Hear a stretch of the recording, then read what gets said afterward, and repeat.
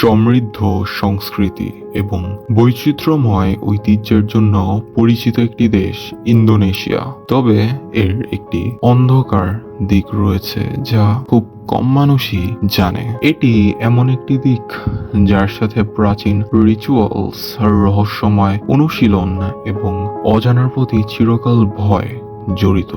এটি ইলমু হিতাম অর্থাৎ black magic এবং ইন্দোনেশিয়ার মানুষ এবং ভূমির সাথে এর গভীর কানেকশন রয়েছে।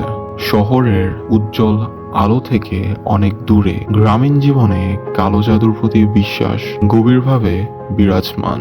অনেকের কাছে এটি কেবল একটি মিথ নয়, বরং একটি জীবনযাত্রা। ইলমু হিতামকে প্রায় শেষ অবলম্বন হিসেবে দেখা যায়, ক্ষমতা অর্জন, প্রতিশোধ নেয়ার বা অন্যদের নিয়ন্ত্রণ করার একটি উপায়। হতাশার দ্বারা চালিত হয়ে বা নিয়ন্ত্রণের আকাঙ্ক্ষার দ্বারা যারা কালো জাদু অনুশীলন করে তারা প্রায় কবিরাজের সাহায্য নিয়ে থাকে, যারা তান্ত্রিক নামেও পরিচিত।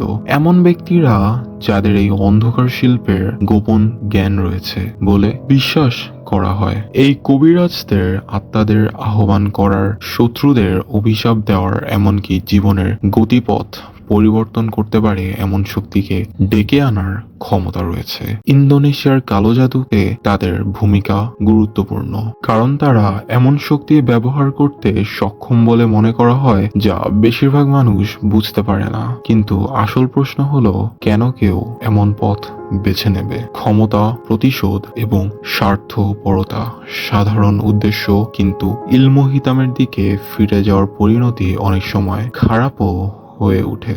ইন্দোনেশিয়ায় কালো জাদুর সবচেয়ে আলোচিত দিকগুলির মধ্যে একটি হলো লামাং, একটি অশুভ আত্মা বা অভিশাপের ব্যবহার। লোকেরা তাদের শত্রুদের আঘাত করতে বা ধ্বংস করতে লামাংকে ব্যবহার করে, বিশ্বাস করে যে এটি দুর্ভাগ্য, অসুস্থতা, এমনকি মৃত্যুও ডেকে আনতে পারে। এই ধরনের শক্তিশালী এন্টিটির প্রতি বিশ্বাস ভয় এবং উত্তেজনার জন্ম দিয়ে থাকে, কারণ অনেকেই ভাবছেন যে তাদের সম্প্রদায়ের মধ্যে যে ছায়াগুলি রয়ে গেছে তা কি কালো জাদুর ফলাফল নাকি কেবল একটি অজানা রহস্য। ইন্দোনেশিয়ায় ইলমু হিতামের প্রসার আরো ভালোভাবে বোঝার জন্য কালো জাদুর ভয়াবহ প্রভাব সম্পর্কে প্রজন্ম থেকে প্রজন্ম ধরে চলে আসছে এবং তারই কিছু ঘটনা জেনে যাওয়া যাক।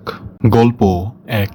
একবার একটি ছোট্ট গ্রামের এক ব্যক্তি তার প্রতি অন্যায়কারী প্রতিপক্ষের উপর প্রতিশোধ নেওয়ার জন্য একজন কবিরাজের সাহায্য চেয়েছিলেন, এবং কিছু রিচুয়ালস করার পর অদ্ভুত ঘটনা ঘটতে শুরু করে দেয়। গৃহপশু মারা যায়, ফসল শুকিয়ে যায় এবং শীঘ্রই লোকটির শত্রু অসুস্থ হয়ে পড়ে। কিন্তু অভিশাপ এখানেই থামেনি, লোকটিও কষ্ট পেতে শুরু করে, তার জীবন ভেঙে পড়তে শুরু করে। গ্রামবাসীরা বিশ্বাস করে যে অন্যের উপর তার দেওয়া অভিশাপ অবশেষে তাকে তাড়া করে ফিরে এসেছিল, যা প্রমাণ করে যে কালো জাদুর প্রভাব আনএক্সপেক্টেড এবং বিপজ্জনক। গল্প 2। একজন মহিলা যে তার এলাকায় রেসপেক্টেড পারসন একবার তার পরিবারের সমৃদ্ধি নিশ্চিত করার জন্য একজন কবিরাজের সাহায্য চেয়েছিলেন, এবং কিছু রিচুয়ালসের পর তিনি দূরে সরে যান এবং অদ্ভুত ভাষায় কথা বলতে শুরু করেন। তার এক সময়ের শান্তিপূর্ণ জীবন বিশৃঙ্খলায় পরিণত হয়। গ্রামবাসীরা বিশ্বাস করত যে সে কোনো আত্মার আবির্ভাবের শিকার হয়েছে, তাকে একজন দয়ালু মানুষ থেকে সম্পূর্ণ ভিন্ন কেউ করে তুলেছে। সময়ের সাথে সাথে তার পরিবার দুর্ভাগ্যের কবলে পড়ে। অনেকেই বিশ্বাস করত যে তাদের কষ্টের উৎস ছিল সেই কালো জাদু যাকে তিনি আহ্বান করেছিলেন। গল্প 3।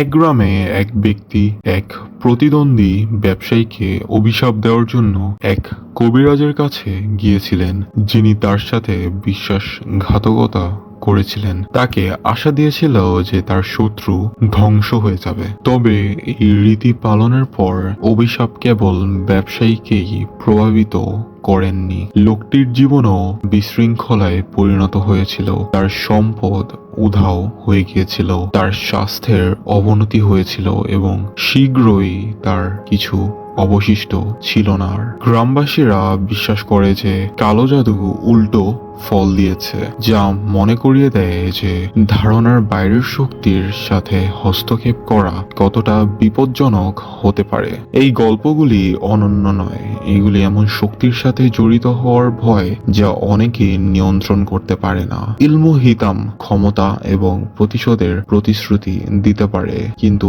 যারা এটি খুঁজছেন তারা প্রায় চরম মূল্য দিতে হয়। ইন্দোনেশিয়ায় কালো জাদু কেবল একটি গল্প নয়, এটি কিছু ক্ষেত্রে গভীরভাবে প্রথিত একটি বিশ্বাস যেখানে অতীত এখনো বর্তমানের উপর দীর্ঘ ছায়া ফেলে। গল্পগুলি ভিন্ন হতে পারে, তবে শিক্ষাটি একই থাকে। ইলমু হিতামের সাথে খেলা ধ্বংসের দিকে নিয়ে যেতে পারে এবং কখনো কখনো মূল্য যে কেউ কল্পনাও করতে পারে তার চেয়ে অনেক বেশি হতে পারে।